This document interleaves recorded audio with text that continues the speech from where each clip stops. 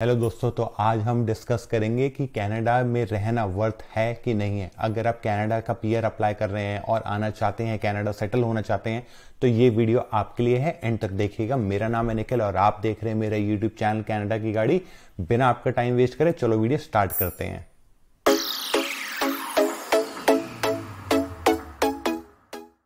तो अब हम बात करते हैं कनाडा के कल्चर के बारे में। तो कनाडा के कल्चर के बारे में अगर हम बात करें तो कनाडा का कल्चर यहाँ पे मिक्स कल्चर है। यहाँ पे सारे कंट्रीज के लोग यहाँ पे रहते हैं, इसलिए इस कंट्री को इमिग्रेंट कंट्री भी बोलते हैं।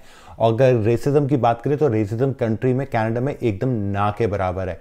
तो ये मेरा सबसे पहला पॉइंट है, आपका कल्चर, आपको क्यों कनाडा आना चाहिए। अब हम बात करते हैं कनाडा के हेल्थ सिस्टम के बारे में। तो आपको पता ही होगा कनाडा में हेल्थ सिस्टम एकदम फ्री है। हाँ, थोड़ी बहुत ups and downs her country में होते हैं, कनाडा में भी है। यहाँ पे आजकल कनाडा में हेल्थ सिस्टम में थोड़ी बहुत शॉर्टेज चल रही है, लेकिन वो फॉर अ टाइम बिंग है। लेकिन अगर आप कोई भी एक्सरे, कोई भी ट्रीटमेंट कहीं भी कोई से भी हॉस्पिटल में कराने जाते हैं तो आपको $1 का भी खर्चा नहीं होगा। यह है ब्यूटी कनाडा की। तो अब हम बात करते हैं कि कनाडा में आपका फ्यूचर सिक्योर है कि नहीं है। तो यस, कनाडा में आपका फ्यूचर सिक्योर बिल्कुल है। अगर आपके ऊपर कोई क्रिमिनल चार्जेस नहीं होता तभी आपको आपके होम कंट्री डिपोर्ट करते हैं। अदरवाइज अगर आप अच्छे तरीके से रह रहे हैं, पीआर होल्डर हैं, उसके बाद आप सिटीजनशिप अप्लाई कीजिए, उसके बाद आप कनाडा में आराम से रह सकते हैं। कोई प्रॉब्लम वाली बात बिल्कुल नहीं है। कनाडा दूसरी अरब कंट्रीज की तरह बिल्कुल नहीं है कि वहां पे आप अपनी पूरी लाइफ स्पेंड कर देंगे फिर भी आपको वहां की सिटीजनशिप नहीं मिलती अरब कंट्रीज की। लेकिन कनाडा एक ऐसी कंट्री है कि यहाँ पे 3 साल पीआर के बाद आप अप्लाई कर सकते हैं कनाडा का सिटीजनशिप। उसके बाद आप यहाँ पे आराम से रह सकते हैं। तो अब हम बात करते हैं कनाडा का वेदर कैसा होता है। तो कनाडा का वेदर यहाँ पे ठंड होती है, लेकिन इतनी एक्सट्रीम ठंड नहीं पड़ती। हाँ, नॉर्थ ऑफ कनाडा में यहाँ पे एक्सट्रीम ठंड होती है, लेकिन आप अच्छे शहरों, बड़े शहरों की बात करें जैसे टोरंटो, वैनकूवर, मॉन्ट्रियल या कैलगरी, वहाँ पे इतनी ज़्यादा ठंड नहीं पड़ती है। कैलगरी में -30 तक जाता है, टोरंटो में -20 के आसपास। वैनकूवर बहुत ही प्लेजेंट वेदर होता है। इस साल -10, -12 तक गया है। बर्फ, स्नो टोरंटो में ठीक ठाक पड़ती है, कैलगरी में अच्छी खासी पड़ती है और वैनकूवर में 1 या 2 दिन पड़ती है। तो आपको ये डिसाइड करना पड़ेगा कि आपको कौन से शहर में जाके रहना है।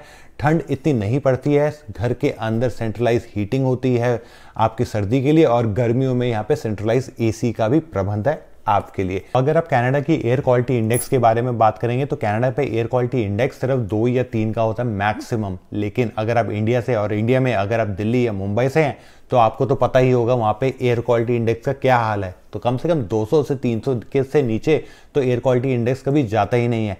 ये एक और पॉइंट बनता है आपको क्यों कनाडा आके सेटल होना चाहिए। तो अब हम बात करते हैं रिस्पेक्ट की। तो अगर आप दूसरी वेस्टर्न कंट्रीज से कंपेयर करें तो कनाडा में रिस्पेक्ट आपको बहुत ज़्यादा मिलती है। आप कोई सी भी प्रोफेशन में हो, आप कोई सी भी जॉब कर रहे हो, आपको रिस्पेक्ट उतनी ही मिलेगी जितनी डॉक्टर्स को, इंजीनियर्स को या कनाडा के प्राइम मिनिस्टर को मिलती है, उतनी ही आपको रिस्पेक्ट मिलेगी। यहाँ पे डे हमारा थैंक यू और सॉरी से स्टार्ट होता है।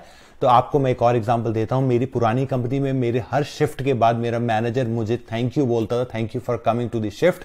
यहाँ पे ऐसा इतना पोलाइट कल्चर है। रेसिज्म की तो मैंने आपको पहले ही बता दिया, रेसिज्म यहाँ पे बिल्कुल नहीं है। तो कनाडा आना ये आपके ऊपर है, सिलेक्ट करना ये आपके ऊपर है। लेकिन मैं आपको बता देता हूं, अगर आप कनाडा आ रहे हैं तो आप अपना डिसीजन रिग्रेट बिल्कुल नहीं करेंगे दोस्तों।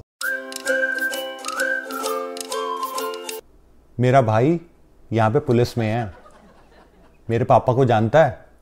तो दोस्तों ये आपने बहुत सुना होगा अपनी कंट्री में, लेकिन यहाँ पे ऐसा बिल्कुल नहीं होता। तो यहाँ पे मेरा कहने का ये मतलब है, आपको इक्वालिटी की अगर बात करें तो आपको इक्वल राइट्स होते हैं।